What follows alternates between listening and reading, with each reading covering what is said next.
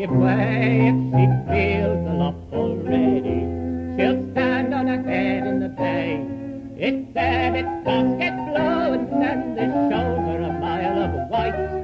But snatch her along we're going to find our master tonight.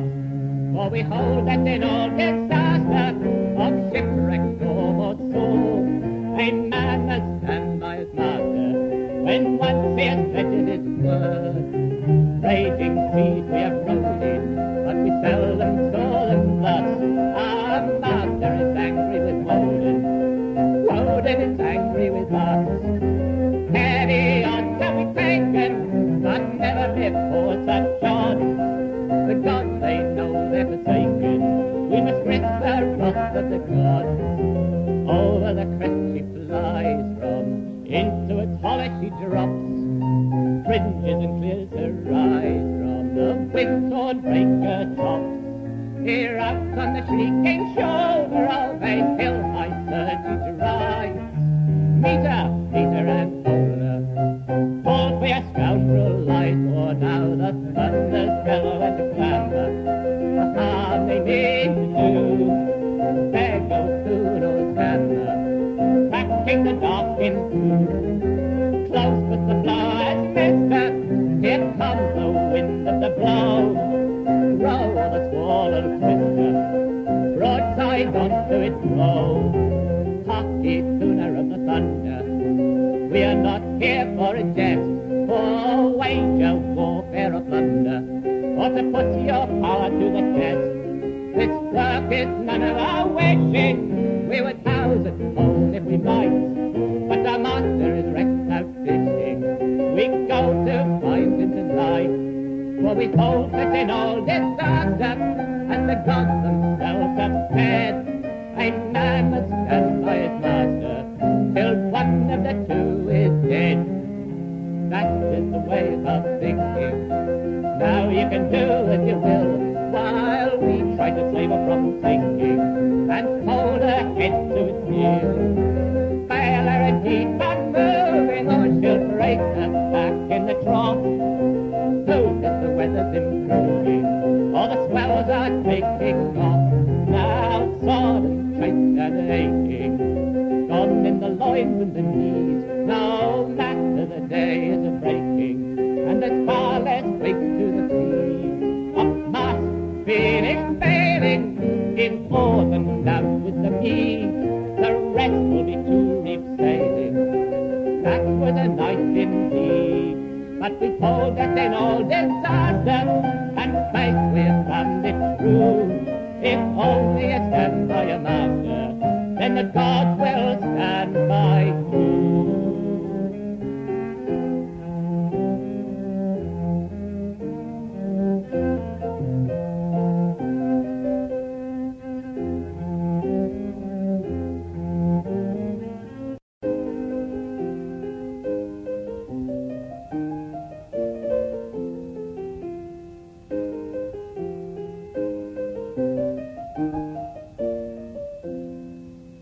The king sits in confirmed town a-drinking at the wine, and he is full of kindness, skipper and fight for all the land. Then up and spoke an old man who sat by the king's right knee.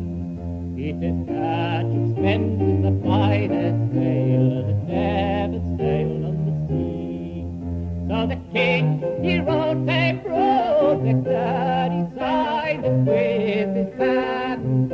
He sent it to young Sir Patrick Spens, who was walking on his sands.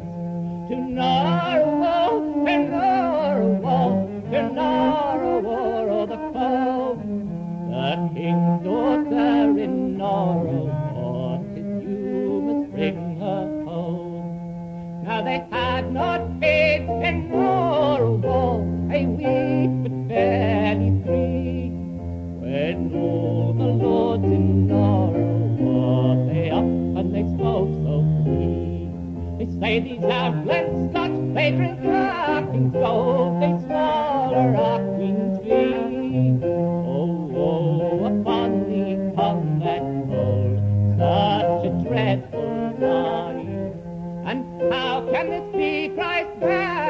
Spens, so I pray now tell it unto me.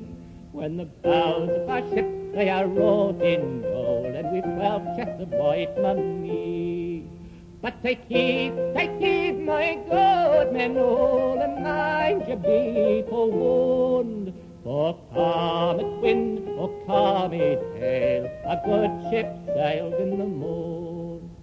But up and spoke the weatherman, he said, I fear will all be drowned. For I saw the new moon lady yesterday, the old moon in the round.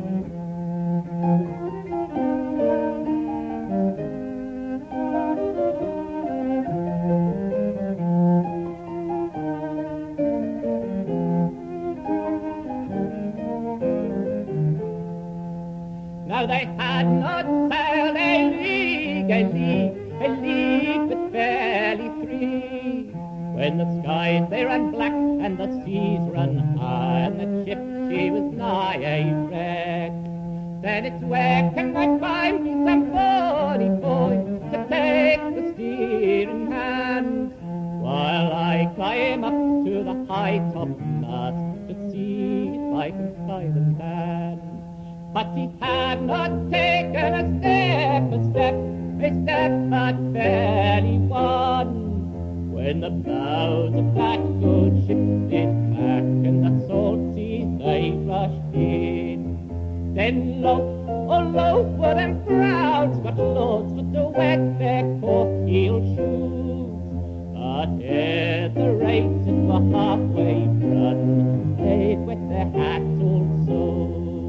Now long may their ladies sit with the fans all in their hands, before they see Sir Patrick Spens come sailing to England. It's half-hour till Aberdeen, where the seas they run so deep. It's their dark lion Sir Patrick Spens, with the Scotch lords at his feet.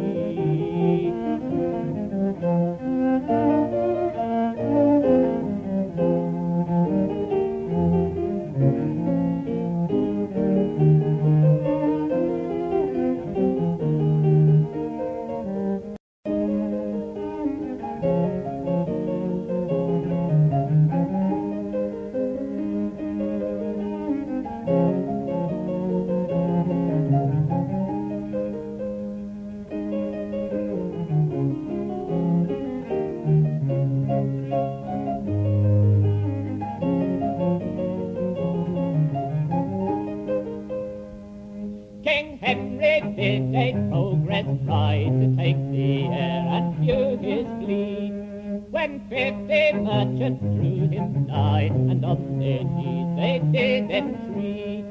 And please your grace, we may not sail for France to voyage, do we dare? But Andrew Barton, he made us fail, and robbed us of our merchant ware. Bex was the king, and serving him says to his lords of high degree, is there no lord in all my realm ne'er fetched this pirate unto me? Lord Charles Howard him replied, I will, my lord, with heart and hand, if it you please, to grant me thee thy will perform as you command. He had not been long on the name for days, not more than 2 or 3, when Andrew Barton he espied come sailing down the wind so free. He was brass within and steel without, his ship most huge and mighty strong, with 18 pieces good and stout he carried on each side along. Bold Barton called his men, the main went free on merchants. Now quoth he, against this way he come again, I will teach him well his courtesy. A piece of ordnance it was shot by this proud pirate, fiercely sent it to Lord Howard's middle deck, which cruel shot killed 14 men. But Howard's broadside arms hot, it broached and fired at side amain, and likewise at the deck he shot, till 50 of his foes were slain. Alas, then cried this pirate stout, I am in danger now, I see this is some lord, I greatly doubt that is set on to conquer me. His men being slain, then up aloft to his great forecastle he sped. For armour good he had put on, and did not in of barrow dread. But an archer spied a private place, with perfect eye in secret part his arrow swiftly loosed the face, which smote Sir Andrew through the heart. Lord Howard went with Sir Andrew lay, and quickly then struck off his head. I would forsake England all my days, but thou alive and I were glad. Thus from the wars Lord Howard came, with good liveness and triumph big, and Barton's head he brought with him, a gift for Medway his king.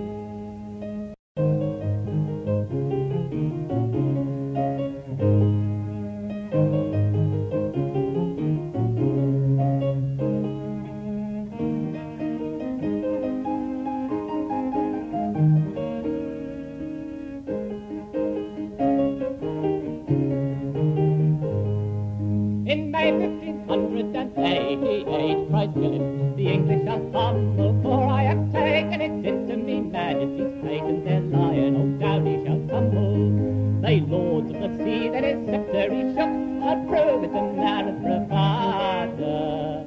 By Neptune I'll knock 'em all into a knock, with the invincible Spanish Armada. This fleet then sailed forth, and the wind they did blow, their gun made a terrible clatter. Our noble Queen Betcombe, she wanted to know, pulled her up and cried, "Hey, what's the matter?" They say, "My good Queen," replied Howard so stout, "the Spaniard has drawn his colleader. He's cocksure that he'll thump us and kick us about with his invincible Spanish Armada." The Lord Mayor of London, a very wise man, what to do in this case vastly wondered, says, "The Queen send in 50 good ships if you can, says me Lord, I'll send in 800.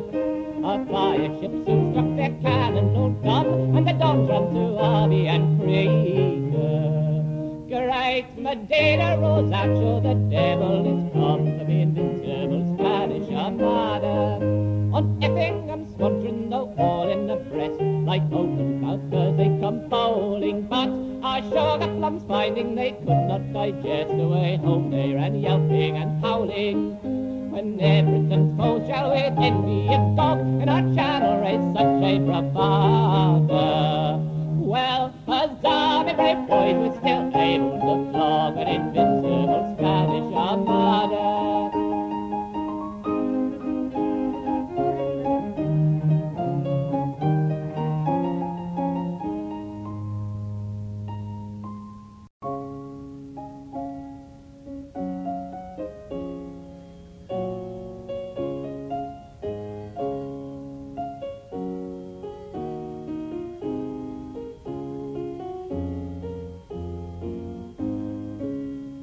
My brethren all attend, and list to my relation. This is the day, mark what I say, tends to your renovation. Stay not among the wicked, lest that with them you perish. But let us to New England go, and the pagan people cherish. Then for the truth's sake come along, leave this place of superstition. Were it not for we and the brethren be, you would sink into perdition.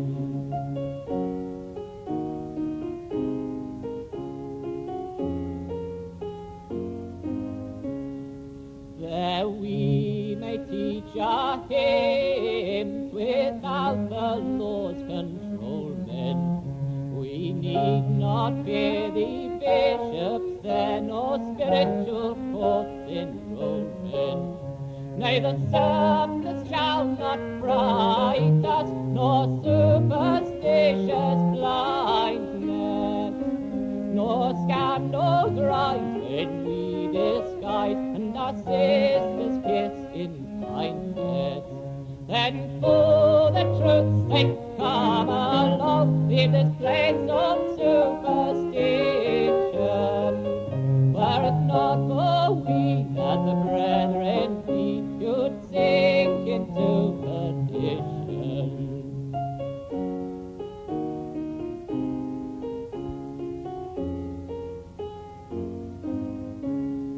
When we that are elected arrive in that fair country, even by our faith, as the brethren say, we will not fear our entry.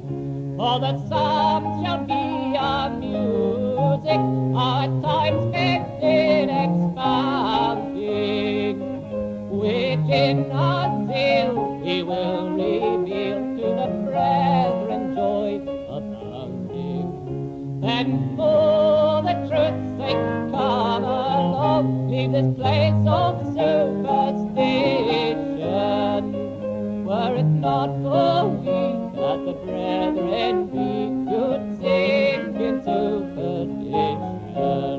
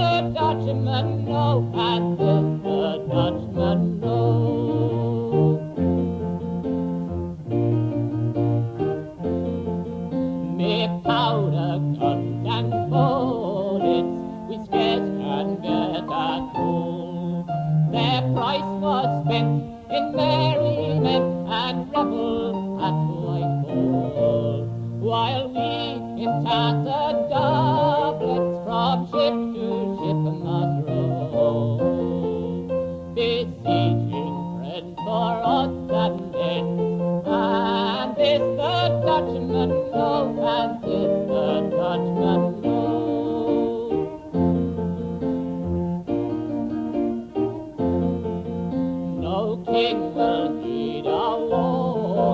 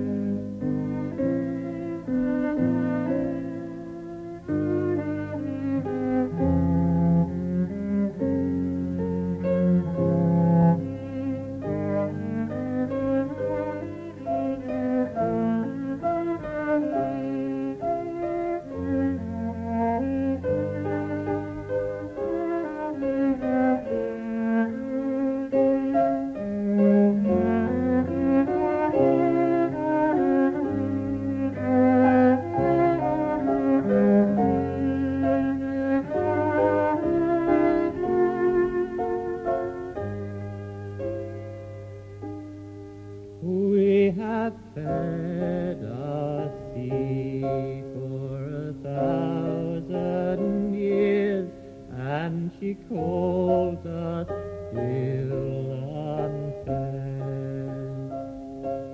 Though there's never a wave of all her waves but marks our English dead. We have strode our best to the weeds' unrest, to the shark and the shearing gull. If blood be the price of admiralty, Lord God, we have paid in full.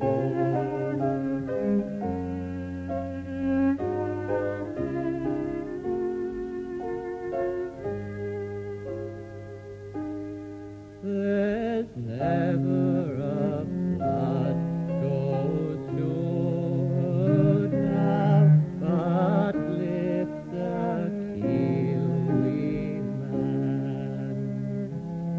There's never an ebb goes sea now, but drops are dead on the sand.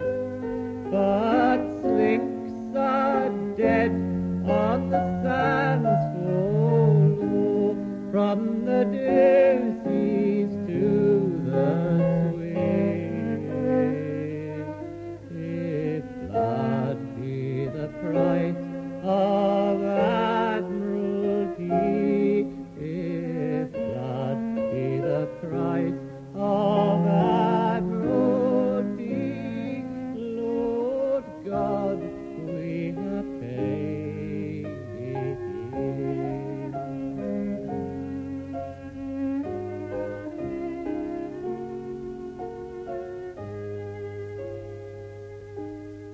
We must feed the sea for 1,000 years, for that is our doom and price. As it was when they sailed with the golden mine, or the wreck that struck last tide, or the wreck that lies on the spouting deep, where the ghastly blue lights flare. If blood be the price of admiralty, if blood be the price of admiralty, if blood be the price of admiralty, Lord God, we have bought it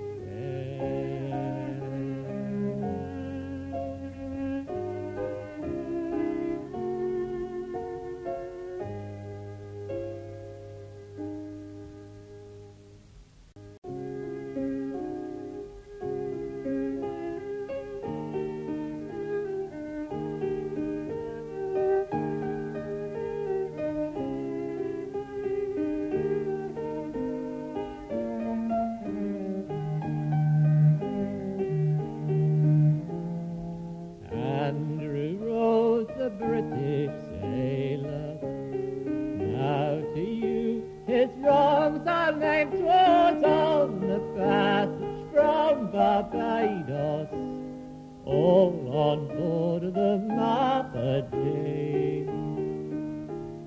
On the quarter deck they laid him, gagged him with an iron bar. Oh, wasn't that most cruel usage to put upon a British man? Off aloft the captain sent him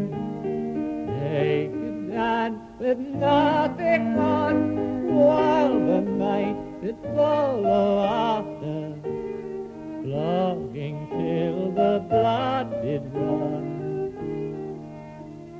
In a water cask they put him, 7 days they kept him there, and when for mercy he did venture, none to help him they did not dare. And wasn't that most cruel usage, with no friend to interpose, when they whipped and mangled, gagged and strangled the British sailor Andrew Barton? The captain gave him stuff to swallow, stuff to you I will not name, while the crew got sick with horror, all on board of the Martha Jane. But at length their captain they rejected, because he had done such wrong, and in his cabin they confined him, barred the door with iron strong. And for so long they did confine him, till in Liverpool did lie. Then the judge he heard the shameful story, Captain Rogers, you must die. Then Andrew's friends and dear relations cheered him after all his woes. Don't you ever treat a British sailor like they treat young Andrew Rose.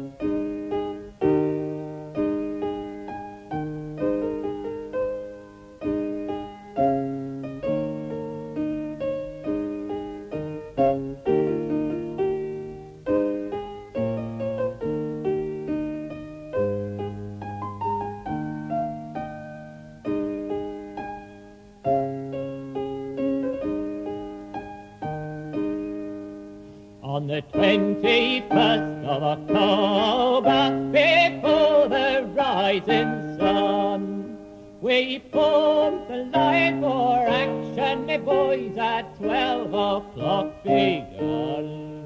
Brave Nelson to his men did say, the Lord will prosper us this day. Give them the broadside fire away on board the man of war. So broadside to broadside, our cannonballs did fly, like hailstones their small shots all round our decks did lie. Our mast and rigging they were shot away, beside some thousands in that fray were killed and wounded on that day on board the man of war. But then our brave commander in grief he shook his head. There is no reprieve, there is no relief, great Nelson, he is dead. It was a fatal musket ball that caused our hero for to fall. Let him die in peace, God bless you all, on board the man of war.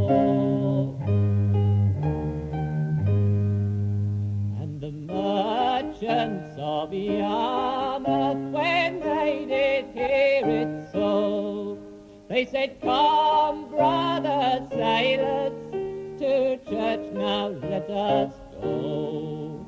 There we will build a noble pile for the hero of the Nile who gave his life for England town on board the man of war. Now our soldiers and sailors many noble feats have done, while fighting in foreign many battles they have won. If the Nile it could witness there all the capes of Trafalgar declare there is naught with Nelson they'd compare on board the man of war.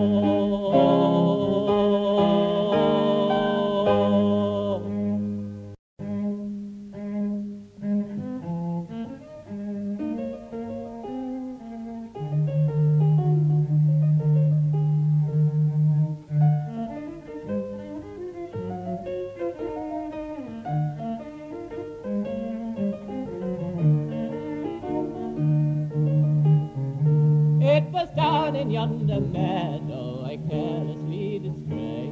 There I beheld a lady fair with some young sailor gay. He said, Susan, lovely Susan, I soon must leave the shore, or to cross the briny ocean on a British man of war. Pretty Susan fell to weeping, and sailor she did say, how can you be so venturesome to throw yourself away? For soon I will be 21 and I shall receive me store. Jolly sailor, do not venture on a British man of war.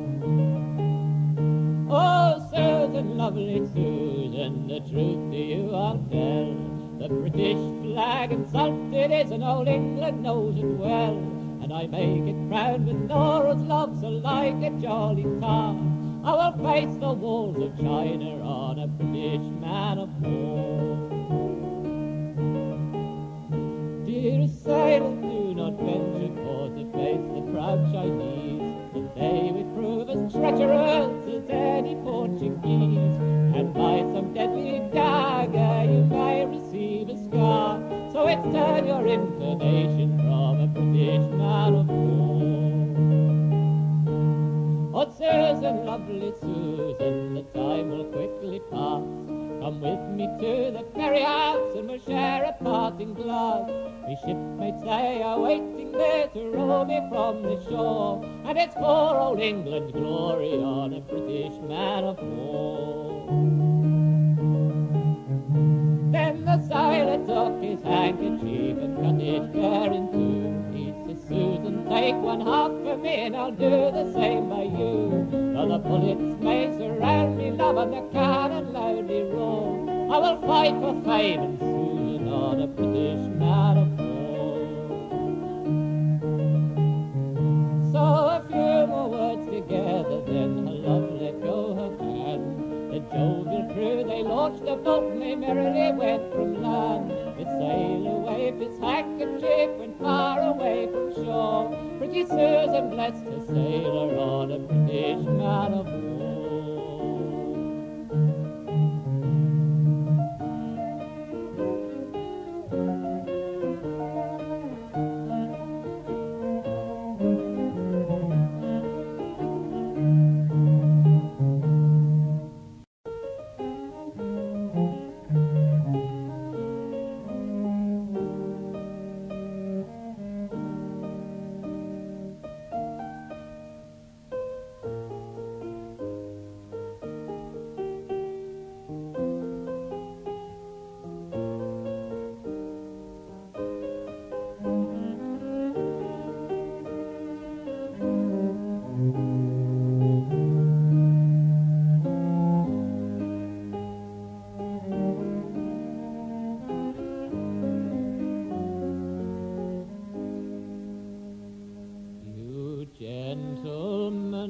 of England who live at home at ease.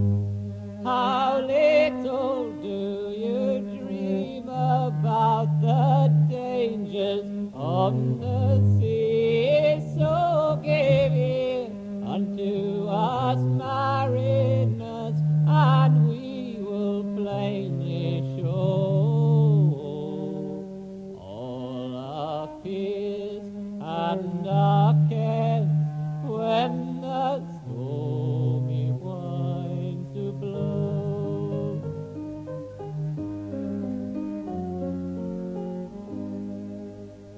Should enemies oppose us when England is at war with any foreign nation, we fear not one nor score, for our roaring guns to tension, our valor for to know, while she reels on her keel and the stormy winds do blow.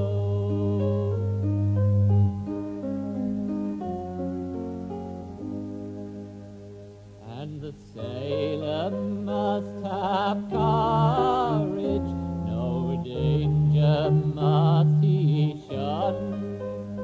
In any kind of weather, still his course he has to run. Now mounted on the high topmast, how dreadful 'tis below,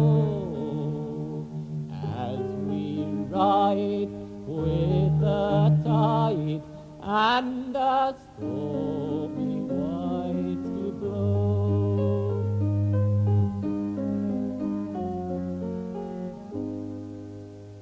But when the danger is over and safe we come on shore, then the horrors of the tempest, well, we think on them no more, for they flow and bold to invite us, and joyfully we go. Then all day we drink away, though the stormy winds do blow.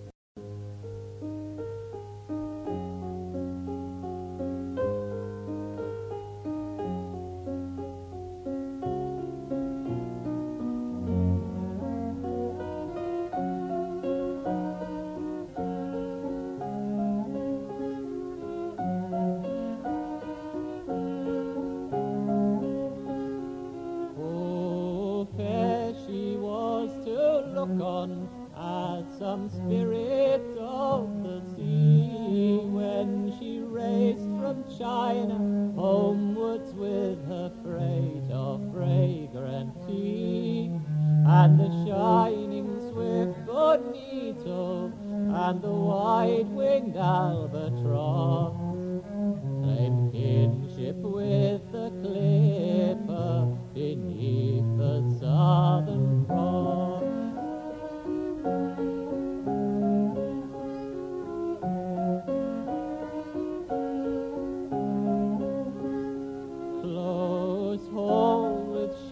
And canvas, swift and plunging, she would sweep through the gale that rose to bar her wild pathway across the deep.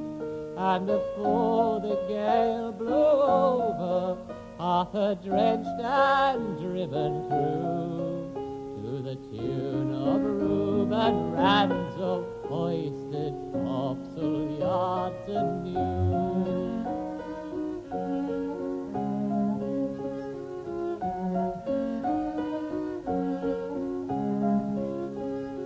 From the haven of the the present she has cleared and slipped away, loaded deep and running free for the port of yesterday. And the cargo that she carried, it was not China tea. She took with her all the wonder and the romance of